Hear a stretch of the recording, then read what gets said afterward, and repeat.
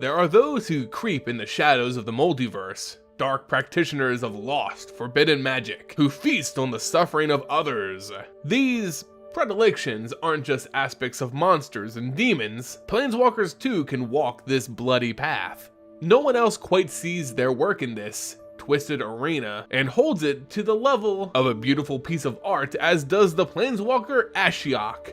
This character is a mysterious relic of the multiverse. Their face is not known, magic ancient, and motivations ambiguous. What we know is that they can bring a person's worst nightmares into reality, and that the plane of Theros in particular can amplify their powers to euphoric levels. Now we enter the world of Theros yet again for Beyond Death, and the story of Ashiok continues. Let's explore what the cards don't tell you about Ashiok's involvement in Theros Beyond Death.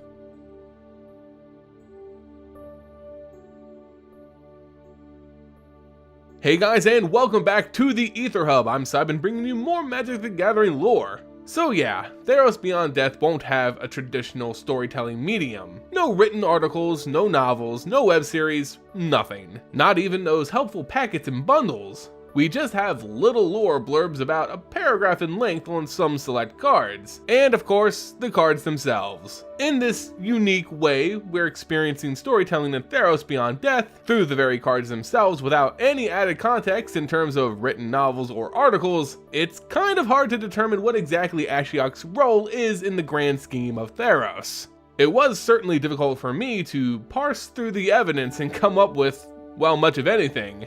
This actually speaks to the relative weakness of this model of storytelling and the story of Beyond Death itself, but that's a topic for another video. Still, finding cards related to or associated with Ashiok in Beyond Death is, well, hard, because there just aren't very many. Despite them receiving a brand new Planeswalker card, Ashiok, Nightmare Muse, and being heavily featured in the official trailer for the set, you would think Ashiok had some major groundbreaking role to play there, right? But that doesn't seem to be the case, much to the dismay of the fans of this smoke-headed Planeswalker.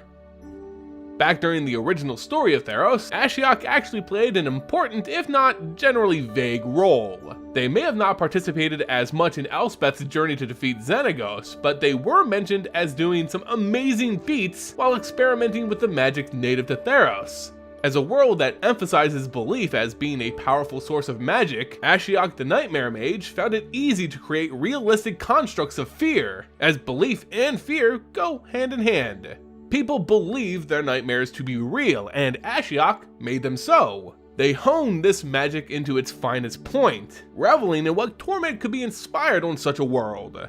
Again, Ashiok wasn't influential to the overall story, but was more of a side plot in the original Theros. They used the devotion to fears and nightmares they induced to literally make a god, a new monstrosity in the pantheon known briefly as Cacophony, the god of cities.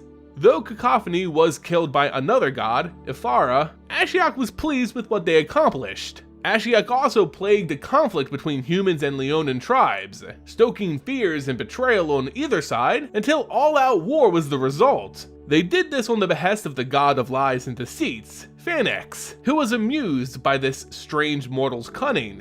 In this backroom deal with the deity, Ashiok helped the god lay waste to a human city so that Phanex could raise a new polis for the returned, the race of zombies, or escaped souls from the Underworld in a loose plot that was never really revisited. Phanex wanted this new returned polis as part of some grander scheme that's never realized. Ashiok though delivered this city to Phanex, and in return, Phanex gave Ashiok his boon, a cloak that made the Planeswalker blind to the gods and Nyx. Ashiok would use this boon to create that god of hers mentioned earlier. The first letdown in Ashiok's continued adventure on Theros is the apparent abandonment of their tie to the god Phanex. It seems that after their deal was struck, that was pretty much the end of it. It's even mentioned that his boon was only temporary, so their ability to hide from the gods ended shortly after. We never revisit Phanex or his plans for the returned in his new polis of the dead, or what larger scheme he had in the works.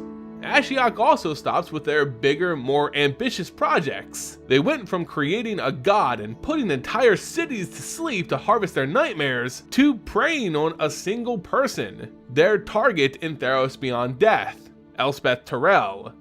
Ashiok found that dreams were even more potent in the underworld of Theros, spawning hellish scenes of the lost souls who have nothing but time to think and lament on their deepest sorrows and regrets. Ashiok found that the memories that plague Elspeth were the sweetest of all, a much more humble project from what came before. While Elspeth was a tempting victim, others weren't spared from what would be a plane-wide nightmare. Even the depths of the seas, ruled by the god Thassa and inhabited by her people, the Triton or the merfolk of Theros, weren't safe from their beautiful art. Ashiok even brought back a reference to their greatest project, a memorial to their fallen god. This handcrafted enchanted creature, a being born of Nyx itself, takes the form of a harpy and is named Euphemia, the cacophony, after the god that almost was. Like the jumbled mass of screams and terror that was the former god of cities, Euphemia now sings a terrible song in a mix of shrills and screams that mimics the horror that once was the god of cities. Still, the torment of Elspeth Tirel proved the most impactful. As a fellow Planeswalker coming from such a tortured past, there was a lot of ground for Ashiok to exploit, many colors in which they could paint this masterpiece. The worst, by far, for Elspeth was reliving the memory of her lost love, the one who she believed she could settle down with and start a family with here on Theros, Daxos. In our previous adventure on Theros, Elspeth was tricked into killing her beloved by the planeswalker Xenagos, who used Elspeth as a tool to reach godhood in Nyx. Now Ashiok forces Elspeth, even dead in the underworld of Theros, to relive that gut-wrenching moment again and again, to see the look of despair, fear, and confusion on his face, dying, betrayed by his love. Over and over, Elspeth is visited by these ghosts. Xenagos was originally successful in manipulating Elspeth due to another one of her most prominent fears, the Phyrexians, metal horrors made real, monsters of Elspeth's past, having taken her home, her family, her world, everything from her. Yet even amongst these nightmares, the most consequential memory for Elspeth would be her most recent before her demise, the reason for her death altogether, the betrayal of her god, the god of the sun, Heliod. Elspeth had been his champion, risked everything to fight his enemies for him, brought low the false god Xenagos in his name, and she was repaid with his godly spear in her back. This betrayal appeared to her again and again, fueling not fear, but rage.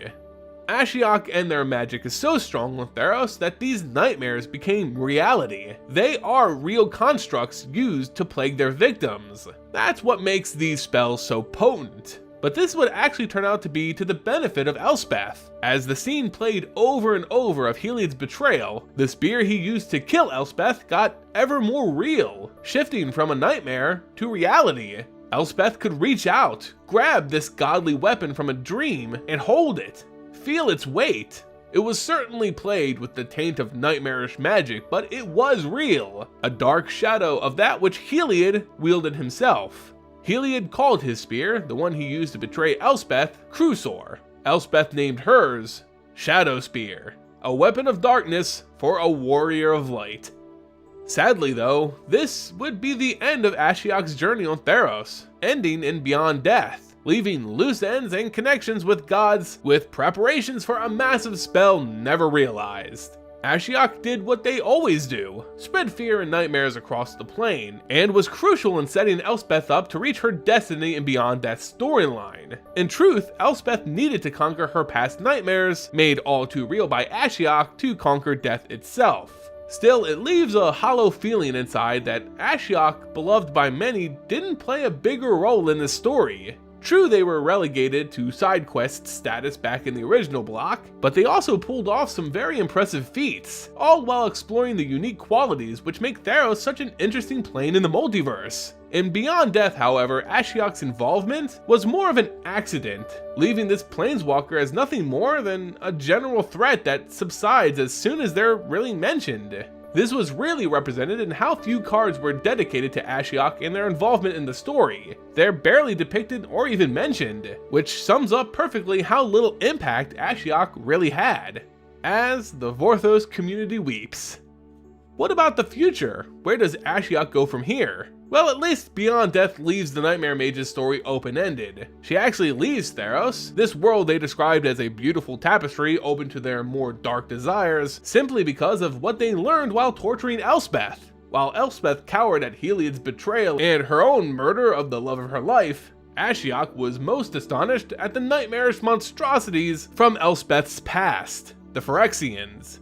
These beings, horrors of metal and flesh who claim themselves to be gods, these were living, breathing nightmares. It tantalized Ashiok enough to leave Elspeth and Theros to its fate, implying that they traveled to New Phyrexia to research the Phyrexians.